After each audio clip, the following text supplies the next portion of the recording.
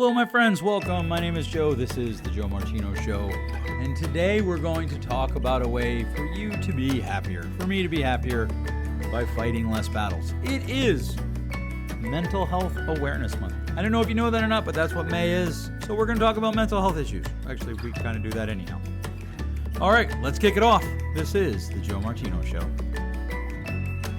You're listening to The Joe Martino Show, a podcast dealing with all things emotional, relational, and human nature. Joe is a licensed counselor in the state of Michigan, specializing in relationship therapy. He is also the author of the book, The Emotionally Secure Couple. All advice offered in this episode is offered for entertainment and educational purposes only. Enjoy the show.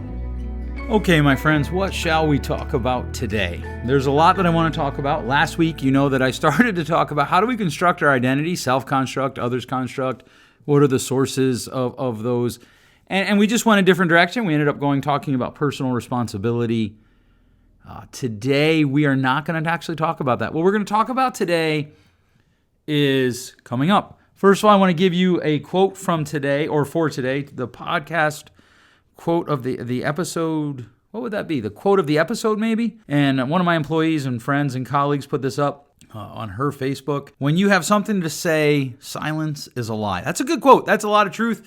That'd be a fun one we could talk about again. We've talked about it in the past, but we could talk about, hey, what is peace? Because a lot of people mistakenly believe that peace is the absence of conflict, when in reality, peace is processed conflict. And you can see what the idea that the absence of conflict as peace is doing to our society, is doing to our world. We don't have conversations where we disagree anymore without it either becoming an attack or without people just disengaging. They just don't have the conversation. When people do things, we don't have that conversation anymore at all. Even if it's hurtful. Like yesterday, somebody said something that I found offensive, and I actually said to him, I was like, that's kind of hurtful. And I'm going to circle back around to that and talk to them about it the next time I see them. And yet we don't do that because in order to have peace, we can't have conflict. But you can't talk about something that was hurtful unless you have conflict. And so last week, I talked about this idea of personal responsibility, even when you're offended. And sure enough, I got emails and a few letters, even one direct message on Twitter, which caught me off guard because I was like, oh, wait, what is this? Where some people wrote in and they talked about this idea that if I'm offended, it's your responsibility to change. I just want to be really clear. I 100% disagree with that. I 100% disagree with the idea that if I'm offended, I say to you, you offended me, I'm the one who has to change. Or excuse me, you're the one who has to change.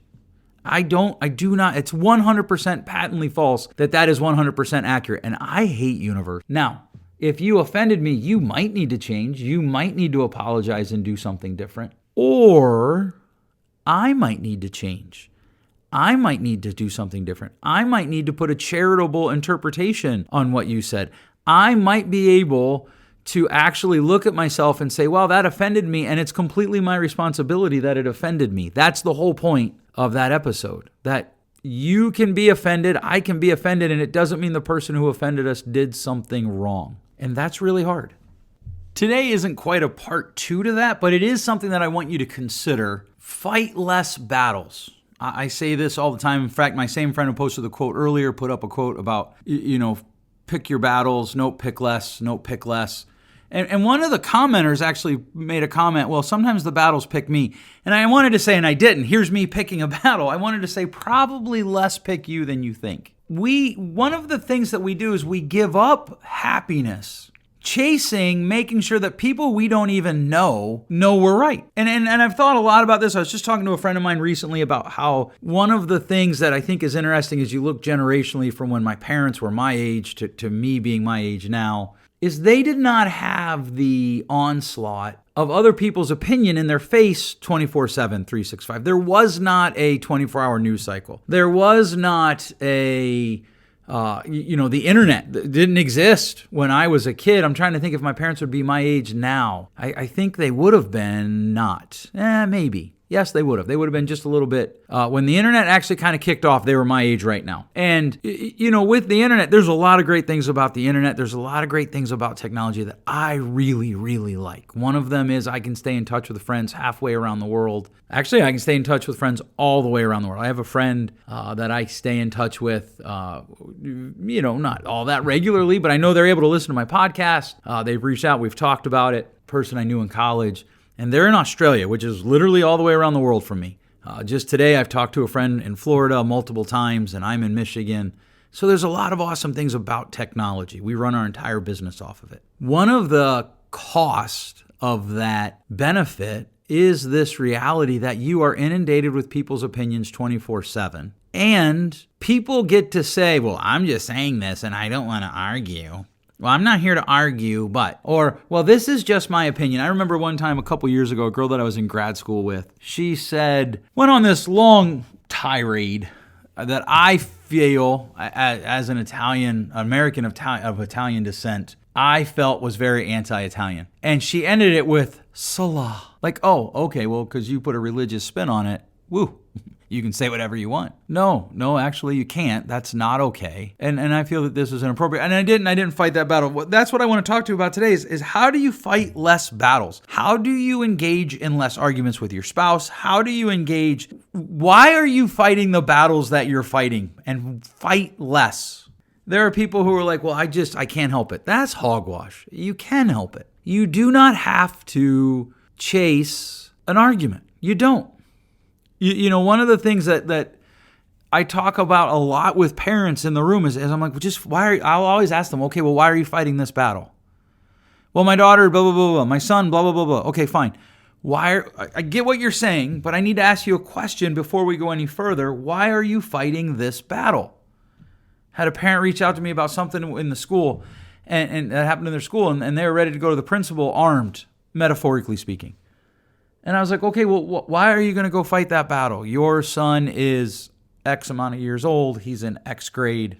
Why are you fighting this battle? Fight less battles. If you truly want peace and contentment, you have to figure out a way to fight less battles. Because the thing of it is we're chasing happiness, but happiness is a byproduct of peace and contentment. And probably I'm saying those backwards. It's probably contentment first, then peace, then happiness.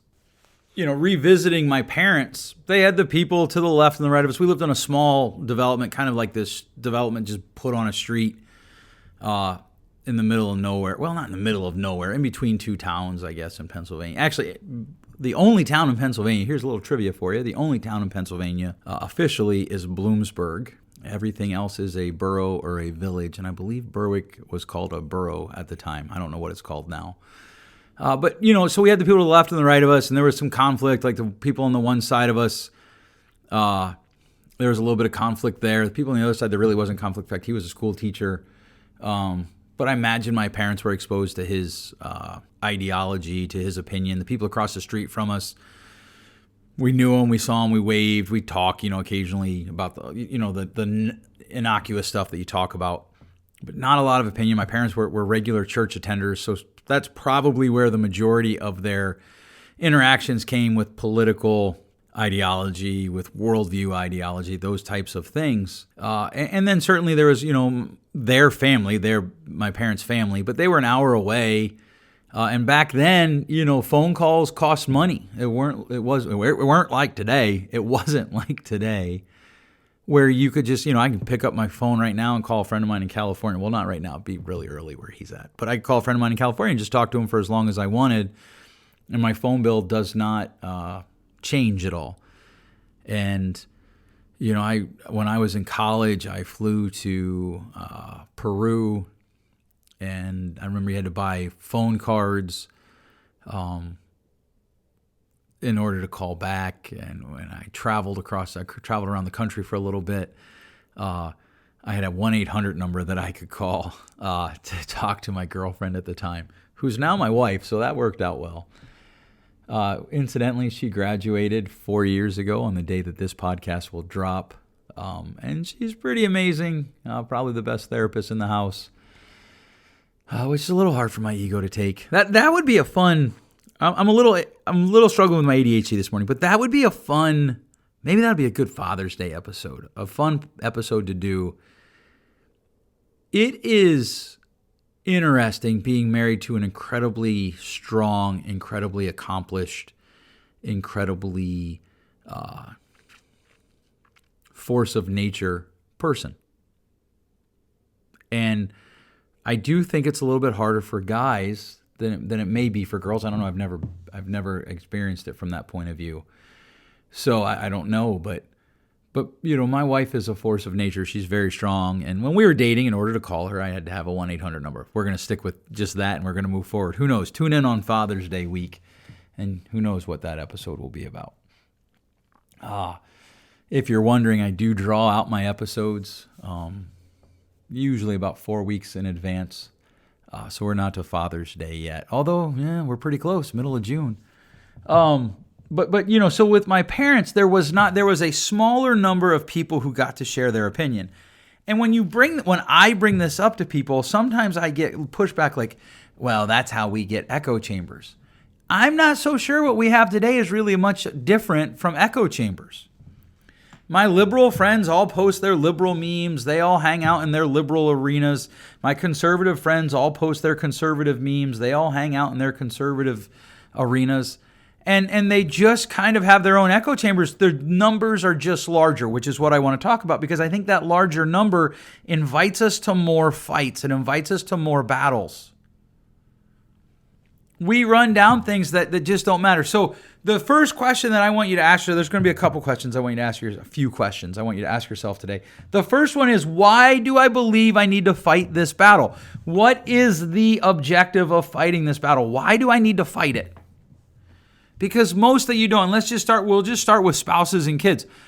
Just because you're feeling upset, you're feeling irritated, you're feeling dialed up, that doesn't mean anything other than you're feeling upset, you're feeling irritated, and you're dialed up. You might not need to say anything. You probably don't need to engage in the majority of the things where you feel that way. And this is my beef with the phrase, well, it makes me angry. Well, does it though? Because don't you have control over what you do with your anger, and you don't really have control over the birth of the anger. But when we say, well, it makes me angry, it sets us up to be able to say, and so, I did this because that just makes me angry. Well, no, hold on. If you didn't, what did you gain by engaging in that battle? That's the second question, right? Or 1A. What do I think I'm going to gain by engaging in this battle? And of course, you know me. What is it going to cost me if I engage in this battle? What do I know it will cost me, and what are the potential costs? And there's just so many things that people fight about, that they argue about, that they go chase down, that they go run down, that they get offended over, that you didn't need to fight that battle. You didn't have to fight that battle. The possibility of the reward was far, far, far, far less than the cost, than the known cost. Forget the unknown cost. When I was a kid, I once heard someone say there's only 2 types of battles you engage: those you have to and those you can win. And they were talking about a little bit of a different context, but the principle, I think, applies. Why do you think you have to fight this battle? Whatever the battle is, why do you have to fight it? I talk to people. I remember one time, probably about 8 years ago, maybe 9 years ago now, earlier in my career, maybe. I had parents come to me, and they were very concerned because their 7th grade daughter refused to wear matching socks. And I mean, they had grounded her. They had taken privileges from her. They had gone to the wall. And I just said, why? Why are you fighting this battle? Why does it matter if your 7th grader doesn't wear matching socks? What are you hoping to gain? Is there a sock police that I don't know about?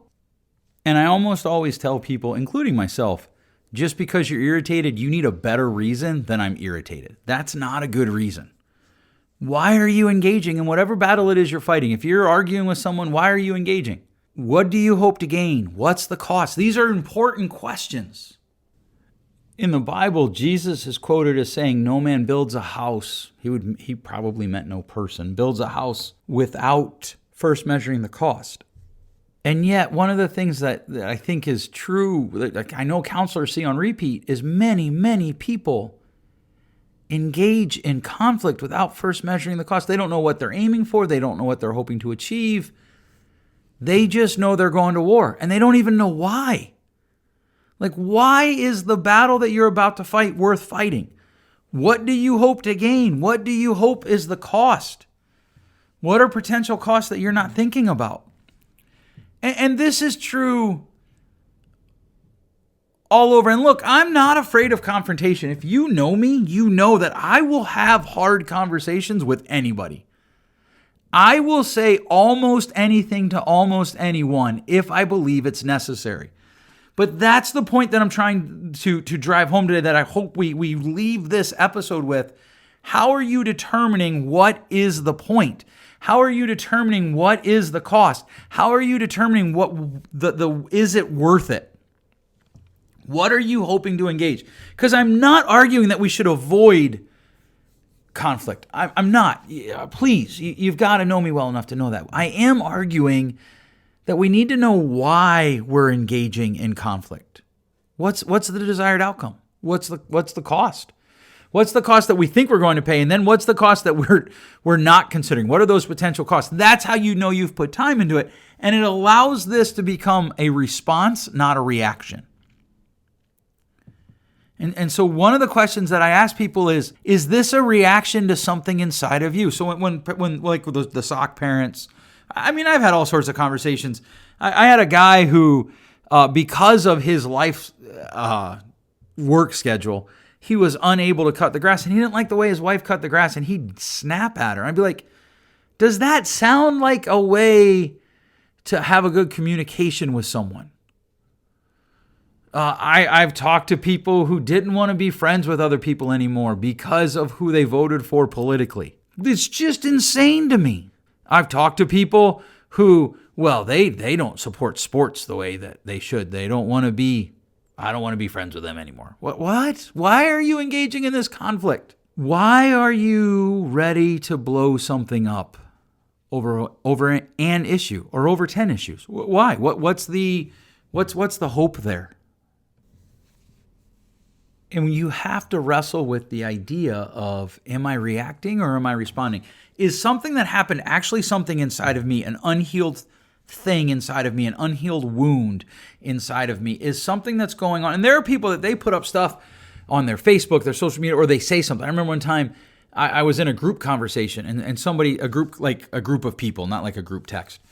And somebody said something, and I just remember thinking, oh my, did they really just say that? But then I got to thinking it through. I'm like, that really has nothing to do with their words. It has far more to do with this wound in me that isn't healed yet. And I have to wrestle that out. Because once we figure out, okay, well, why am I doing this?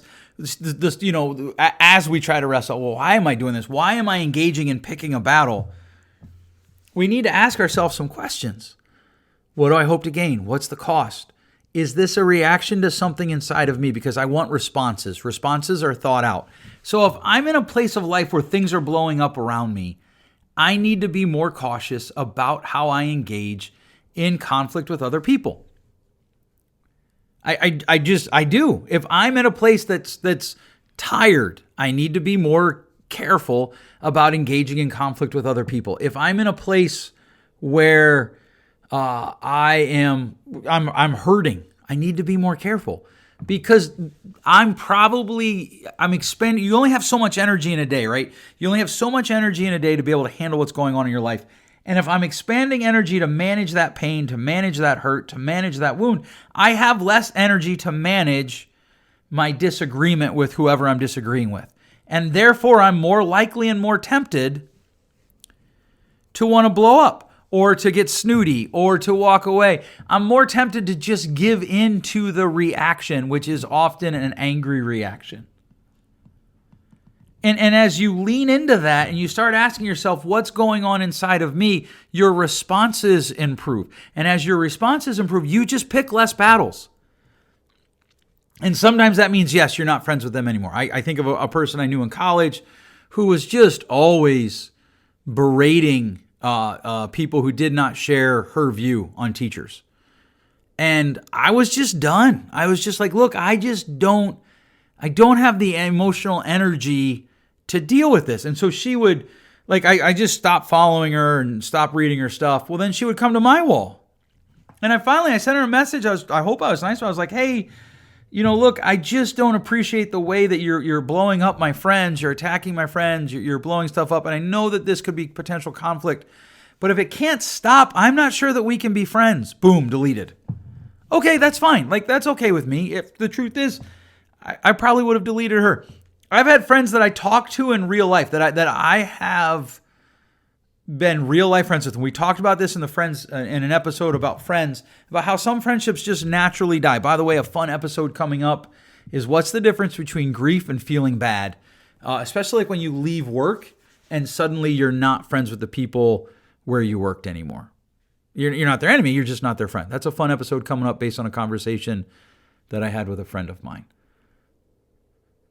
But what is the response versus what is the reaction? A response might be, I'm no longer going to be friends with this person, but it's thought out. You're still going to get in conflict, but instead of it being just a knee-jerk reaction, a thing that isn't thought out, the response is thought out. Okay, I'm getting involved in this conflict because I'm staying engaged in this conflict because, and you have answers after that word because. And the answer needs to be better than because I'm right and they're wrong. That's not just that's a starting point, but that's not a very good reason. And so one of the side products, one of perhaps the cost of modern technology is that we are more likely to be invited to an argument, invited to a battle, invited to a conflict than maybe our parents' generation would have been. That doesn't mean we need to attend every battle that we're invited to. It doesn't mean that we need to attend every fight that we're invited to. It doesn't mean that every time we're upset, we need to go make sure that person knows. All right, last question. If I die tomorrow, does this, whatever it is, matter? Is the conflict worth it? Am I willing to lose the relationship over the conflict? Now, that's a little severe, but I start there. And if I'm not willing to lose the relationship over the conflict, then I work my way through I don't start there as far as the questions. I really do try to start with the why question. But then, okay, am I willing to lose the relationship? Because if I'm not, I better have a really compelling why. And at the same time, okay, well, if I were to die, would this matter? Or they were to die, would this matter? And if the answer is no, then why does it matter today? One of the 6 rules of communication. If you don't know what I'm talking about, I'd encourage you to pick up my book. You can find it wherever quality books are sold. You can find it at our offices, also at Amazon.com. You can get the Kindle version or the paperback version. Why does it matter? Rule 3 of the 6 rules that I share with you in that book that were shared with me many, many years ago, 4 of them, and I added 2. Does it have to be a problem? Whatever it is, does it have to be a problem? In this context of trying to decide how I fight less battles, why does it have to be a problem? If I were to die, would it matter? If they were to die, would it matter? Am I willing to lose the relationship over it? If the answer to any of those is no, I need to have a really compelling reason why I'm about to engage in it in real life. Or then why am I going to go engage in this conflict? What happens if I give myself 24 hours to calm down or 48 hours to calm down? Would it still bother me then? Most people won't even remember 48 hours from now. If they don't engage, whatever it is. If they just walk away, 48 hours from now, they won't matter. I know I said last question, but I was wrong. This is actually the last question. Is engaging in this conflict wise? Is fighting this battle wise? Whether it's with my kids, my wife, my best friend, my neighbors, my business partners, whoever it is engaging in this battle wise? I really, truly believe that's one of the best questions you can ever ask yourself. Is it wise? Right and wrong can be a little bit trickier, but I can think of things that would be, you could say, well, they're not wrong to do, but they're not wise. I can think of nothing that is wise that is also wrong. I can't. There's nothing there. So why does this matter? That's that question of would I be willing to lose the relationship over this? Would it matter if I was dead tomorrow or they were dead tomorrow? And then is this wise? Is engaging in this wise? Is going down this path wise? Most of the time it isn't. So for instance, on Facebook, you see something that you would disagree with or on social media, you don't have to engage it. I had somebody, they just went off on me about the fact that I don't support their political candidate. I just didn't engage them. I just said, thanks for sharing. And that got them, yes, they were more mad. They reacted more strongly. I had a conversation one time many, many years ago, I think back in 2011, maybe 2009, so many years ago, with a guy at church. He was talking about something, and I was just like, we're probably not going to agree on this. I hope you have a wonderful night. And he literally walked out of the building. Now, it's church, so he just sat in a sermon, and he's screaming, I'm going to get you. I'm going to get you. Oh, I'm like, holy cow, dude, chill, relax. A friend of mine and I were talking when this other gentleman came up. And my friend who was talking to me was like, I don't know what to do right now. I'm like, it's okay. It's okay. We don't have to engage it. We don't have to engage it. It isn't wise to engage. I didn't say this. In my head, I thought it. It isn't wise to engage it. We can avoid that conflict. All right. So I hope that helps you. Some questions to ask. Why am I doing this? What's the desired outcome? What's the cost? Is this a reaction or a response, right? Is this a reaction to something inside of me, or is it a response to what happened? Is it a response to what's going on? And the difference there is the response is thought out. And then, is this worth the relationship? Why is this a problem? That's a really good question. Why am I engaging in this process, and why is it such a problem? What am I willing to pay? So we talked earlier about what's the cost, and we need to ask ourselves, well, am I willing to pay that cost? If the person were to die tomorrow, or I were to die tomorrow, would this still be a problem? Right? We kind of weave that question into that fourth question. And then the last question is it wise? Is it something that's right for the short term, the long term, and for your legacy? Is it wise to engage this conflict? A lot of conflicts are not. If you just want to have more peace, just fight less. Just walk away. I know, that's just a platitude. No, it's actually an action plan. It's not a platitude. It's an action plan. Take your feet and walk away. Stand up, walk away from your keyboard, walk away from the group, whatever it is, just fight. Pick less fights. Pick less battles. The things that you're willing to fight for should be less. Period. That's it. And I'm willing to fight with you about that. That's a joke. Hopefully people catch on to that. That's a joke. That's my dry sense of humor. All right. Hopefully this episode is helpful to you. If you like it, please share it with your friends. That is the best form of advertising that we can have.